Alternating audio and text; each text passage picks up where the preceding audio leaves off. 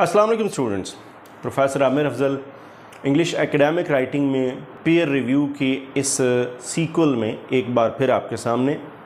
Peer review में हमारी ये तीसरी वीडियो है, तीसरा लेक्चर है, जिसमें हम डिस्कस कर रहे थे कि एज अ रिव्यूअर आपने किन चीज़ों को फॉलो करना है। आज इस वीडियो में हम कंक्लूड करेंगे कि जो फ़र्स्ट रीडिंग है वो कैसे कंक्लूड होगी। फ़र्स्ट रीडिंग जब एक रिव्यूअर आपका रिसर्च पेपर लेता है लेके तो वो उसको किन मराहिल से गुजारने के बाद एक्सेप्ट या रिजेक्ट करने का फ़ैसला करता है। इससे पहले की जो दो वीडियोस थी उसमें हमने इसके फ़्लॉज़ पढ़े थे कि कौन से फ़्लॉज़ पॉसिबल हो सकते हैं।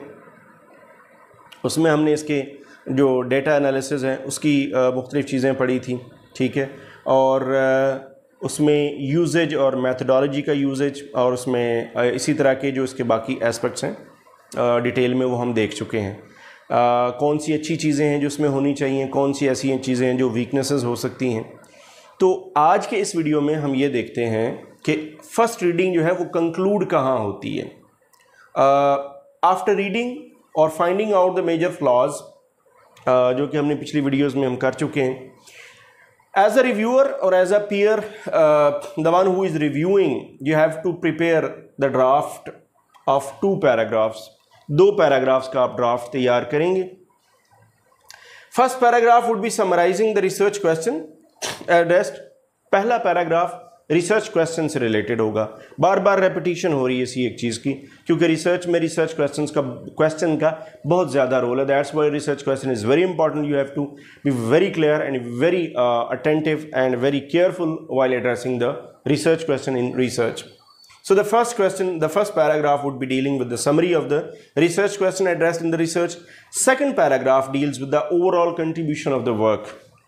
To what extent your work is really contributing something to the existing knowledge of society or existing knowledge of academia right now. किस हद तक वो कंट्रीब्यूट कर रहा है, उसका कंट्रीब्यूशन किस हद तक है। हम ये देखते हैं कि पहले पैराग्राफ में आप क्या क्या चीज़ें शामिल कर सकते हैं। द फर्स्ट पैराग्राफ में और it should what should it do, the very first paragraph, it should help the editor properly contextualize the research and add weight to your judgment. इस पैराग्राफ को पहले नंबर पे ये कि जब आपने रिव्यू कर लिया तो ये एडिटर को ये हेल्प करेगा कि रिसर्च में आपका क्या मकाम है, किस जगह आप खड़े हैं, किस जगह आपकी रिसर्च स्टैंड करती है, और उसी हिसाब से फिर उसको वेट देना है, जजमेंट देनी है कि इसका जो इसके पब्लिश होने का जो टाइम है या जो इसका आप कह लें कि पॉसिबल जो प्लेस हो सकती है वो कौन सी हो सकती है। सो पहला ये it helps the editor to understand the standing of the research, पहली चीज़।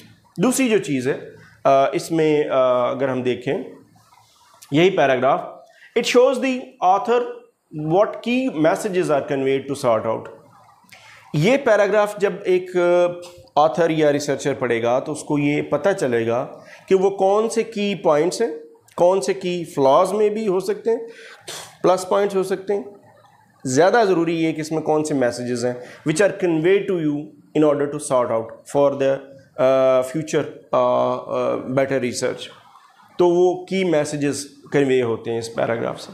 तीसरी जो चीज़ कन्वे होनी चाहिए through that paragraph, that it should focus on the successful aspects of the paper. हाँ, जहाँ आपने इतने फ्लॉज की बात की तो उसके जो सक्सेसफुल एस्पेक्ट्स हैं वो भी आपने हाईलाइट करने इसी पैराग्राफ में, ताकि रिसर्चर को ये पता चले कि वो कहाँ बिल्कुल ठीक चल रहा है, कहाँ उसकी सेटिस्फैक्ट्री परफॉर्मेंस है और कहाँ पर उसकी परफॉर्मेंस जो है वो थोड़ी सी अनसेटिस्फैक्ट्री है, कहाँ पे उसको थोड़ा सा काम करने की मज़ीद ज़रूरत है। तो ये जो एक पहला पैराग्राफ होगा रिव्यूअर का, तो वो ये इस तरह से कंट्रीब्यूट करेगा, 3 चीज़ें आपके सामने लाएगा। सेकंड पैराग्राफ, पहली बात तो ये कि it would deal with the overall contribution of the research. So इसमें क्या चीज़ कंसिडर करनी है, इसमें 3 चीज़ें कंसिडर होंगी। Number 1, is the papers premise interesting and important. ये जो पैराग्राफ है ये जो पैराग्राफ, पहली चीज़ तो ये बताता है कि अगर आपका ये रिसर्च पेपर पब्लिश हो जाता है तो ये क्यों पढ़ा जाना चाहिए, क्या चीज़ इसमें इंपॉर्टेंट है, इंटरेस्टिंग है। What is the universal appeal और academic appeal for the readers, why should the readers read that paper, और what is important in that paper, importance in terms of knowledge, important in terms of the appeal and the interest of the readers. तो किस हद तक ये interesting है या important है। दूसरी जो चीज़ है वो ये, are the methods used appropriate, जो मेथड्स यूज़ किए गए वो अप्रोप्रिएट, इनअप्रोप्रिएट मेथड्स तो नहीं है। दूसरी जो चीज़ वेरी इंपॉर्टेंट। तीसरी चीज़, do the data support the conclusions. ये इंपॉर्टेंट चीज़ इसलिए, पहले भी बात कर चुके हैं कि जो आपका कंटेंट, आपका डेटा और आपका जो कंक्लूजन्स है, it should be consistent, it should confirm to each other, और ये इन लाइन होने चाहिए, ये एक दूसरे से डिफरेंट नहीं होने चाहिए। तो जब आप ये 3 क्वेश्चंस, 3 पॉइंट्स अपने सेकंड पैराग्राफ में कर लेते हैं, तो then there is a final stage after the first, while concluding the first reading. जब आप ये कर लेते हैं, पहला पैराग्राफ और second paragraph, as a reviewer, as a peer, while reviewing कर लेते हैं, तो फिर आपके पास 2 ऑप्शन होती हैं। या आप इसको रिजेक्ट करेंगे इस पेपर को, या आप इसको एक्सेप्ट करेंगे पब्लिशेबल हालत में।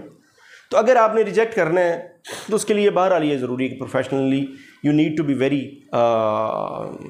थॉरोली ऑनेस्ट, कि आपको अगर आपने रिजेक्ट करना है तो आपको फ्लॉज जो हमने पहले डिस्कस कर लिए हैं, वो सारे के सारे बेटर वे में आपने रिसर्चर को कन्वे करने हैं। तो अगर आपने रिजेक्शन भी करनी है तो आपने रिजेक्शन करनी है एक पॉसिबल जो फ्लॉज का डेटा उसकी बुनियाद पे।